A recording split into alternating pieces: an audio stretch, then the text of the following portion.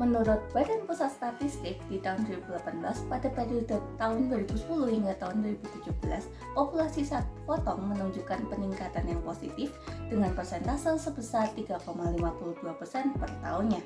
Di sisi lain, pada sisi konsumsi daging sapi lokal telah mencapai peningkatan sebesar 6,35% atau setara dengan 556,23 ribu ton per tahunnya. Daging sapi mengandung gizi yang tinggi, salah satunya adalah lemak.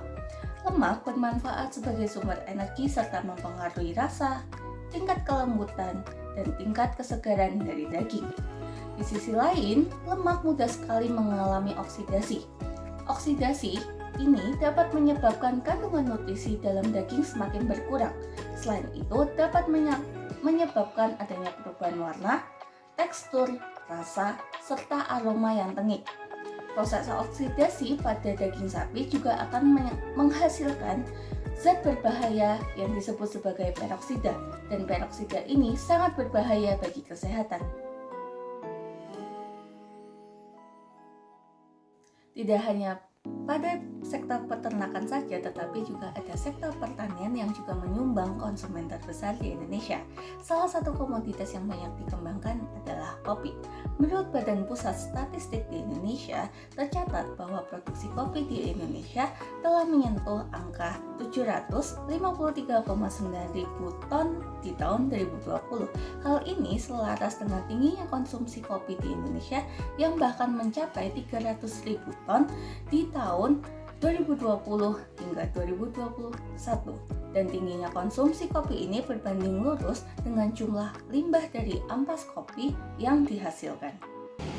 Selayaknya limbah organik lain, limbah ampas kopi juga dapat berbahaya apabila langsung dibuang ke lingkungan. Limbah ampas kopi mengandung senyawa antioksidan berupa polifenol dan tanin yang dapat menyebabkan polusi air dan tanah serta memiliki efek racun pada berbagai jenis tanaman. Kandungan antioksidan pada limbah ampas kopi masih tergolong tinggi. Hal ini dikarenakan pada proses ekstraksinya masih banyak kandungan bioaktif yang tidak terekstrak. Melihat permasalahan oksidasi daging sapi dan tingginya kandungan antioksidan pada limbah ampas kopi, kami mengusulkan pemanfaatan ampas kopi sebagai bahan active packaging berbasis zen polimer sebagai upaya menuju green and sustainable economy. Pengusulan ide ini berdasarkan kepada kemampuan antioksidan pada limbah ampas kopi untuk mencegah reaksi oksidasi. Dalam hal ini, kandungan antioksidan tersebut digunakan untuk mencegah reaksi oksigen reaktif dengan lemak pada daging sapi.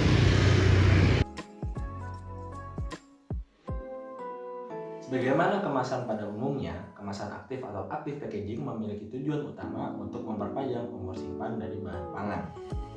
Namun, sedikit berbeda dengan kemasan pada umumnya, active packaging memiliki mekanisme unik untuk melakukan hal ini. Kemasan aktif disebut aktif karena memang kemasan tersebut berinteraksi aktif dengan bahan pangan. Zat-zat seperti antioksidan dan antimikrobial membantu bahan pangan untuk tetap awet menghadapi serangan oksigen reaktif maupun dari serangan mikroba.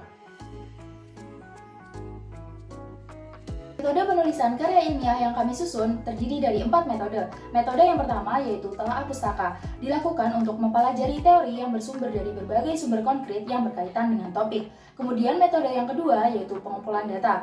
Pengumpulan data dilakukan dengan metode kajian literatur yang bersumber dari berbagai sumber ilmiah yang juga berkaitan dengan topik.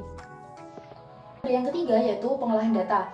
Pengolahan data ini dilakukan dalam beberapa tahap. Setelah data dikumpulkan, kemudian dipilih data yang relevan dengan permasalahan. Hal ini bertujuan untuk menjawab pertanyaan dan juga rumusan masalah. Kemudian untuk metode yang terakhir yaitu pengambilan kesimpulan dan saran. Pengambilan kesimpulan dilakukan dengan mengkaji keseluruhan isi dari karya ilmiah, kemudian dilakukan penarikan inti permasalahan dan inovasi yang disampaikan.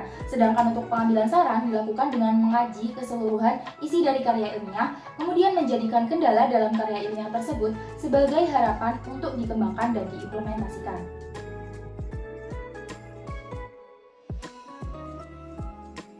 Active packaging sendiri dapat dibuat dengan metode electrospinning.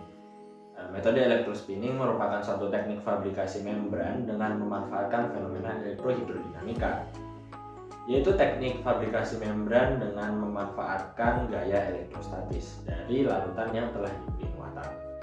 Pada praktek electrospinning sendiri, larutan akan dimasukkan ke dalam suatu sistem injeksi untuk diberi muatan. Kemudian larutan yang sudah bermuatan akan dialirkan menuju suatu jarum yang akan mengeluarkan larutan tersebut dalam pola memutar. Larutan tersebut akan diterima oleh plate penerima yang juga bermuatan sehingga akan terbentuk suatu membran. Untuk pembuatan membran sendiri perlu sebelumnya dilakukan dua hal, yaitu ekstraksi lebih lanjut pada ampas kopi serta pembuatan larutan campuran zen polimer serta ekstrak ampas kopi tersebut. Proses ekstraksi ampas kopi dilakukan dengan menggunakan pelarut etanol 54% pada suhu 150 derajat Celcius selama 1 jam. Setelah ekstraksi selesai, dilakukan pembuatan polimer zen dengan melarutkan zen pada pelarut etanol 80% pada suhu 70 derajat Celcius dan diaduk secara konstan hingga benar-benar larut. Setelah benar-benar larut, dilakukan pendinginan hingga mencapai suhu 40 derajat Celcius.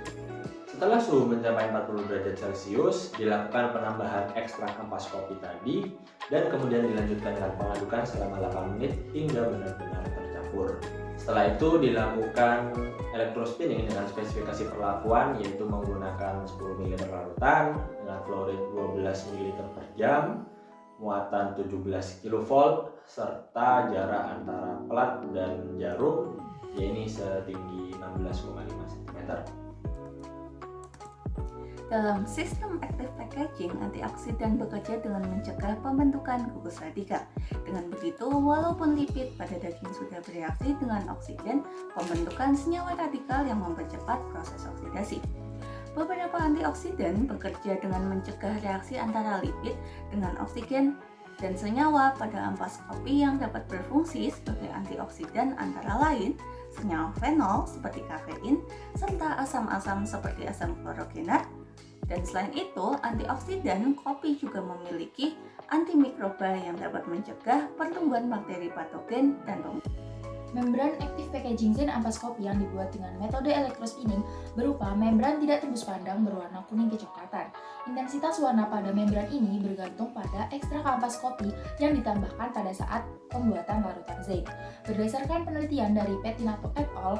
Menyatakan bahwa metode elektrospinning ini dapat menghasilkan kinetika pelepasan antioksidan yang relatif tinggi, yaitu sekitar 17,28 hingga 42,96 mikrogram TA per kilogram film pada 10 jam pertama. Metode elektrospinning ini juga dapat menghasilkan tensile strength yang relatif tinggi, yaitu sekitar 1,70 megapascal. Active packaging memiliki keunggulan pada sisi ekonomi dibandingkan dengan kemasan jenis lainnya. Kemasan jenis kemasan aktif ini memiliki keunggulan berupa lebih ramah lingkungan karena menggunakan bahan baku pembuatan yang berasal dari alam. Umumnya digunakan limbah dari produk tanaman. Selain itu, kemasan aktif memiliki nilai estetika tersendiri yang dapat diterima dan umumnya sesuai dengan sistem distribusi makanan karena akan membuat produk lebih tahan lama.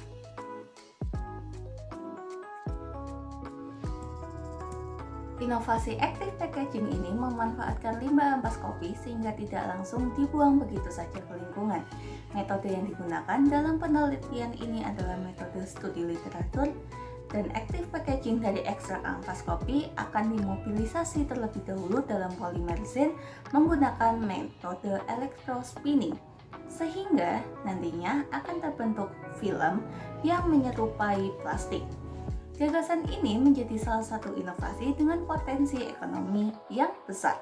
Kedepannya, diharapkan inovasi tersebut dapat dikembangkan dan menjadi solusi bagi masyarakat serta pemerintah dalam mengatasi permasalahan dan kerusakan daging akibat proses oksidasi, lemak, dan juga penumpukan limbah pertanian yang dihasilkan dari ampas kopi.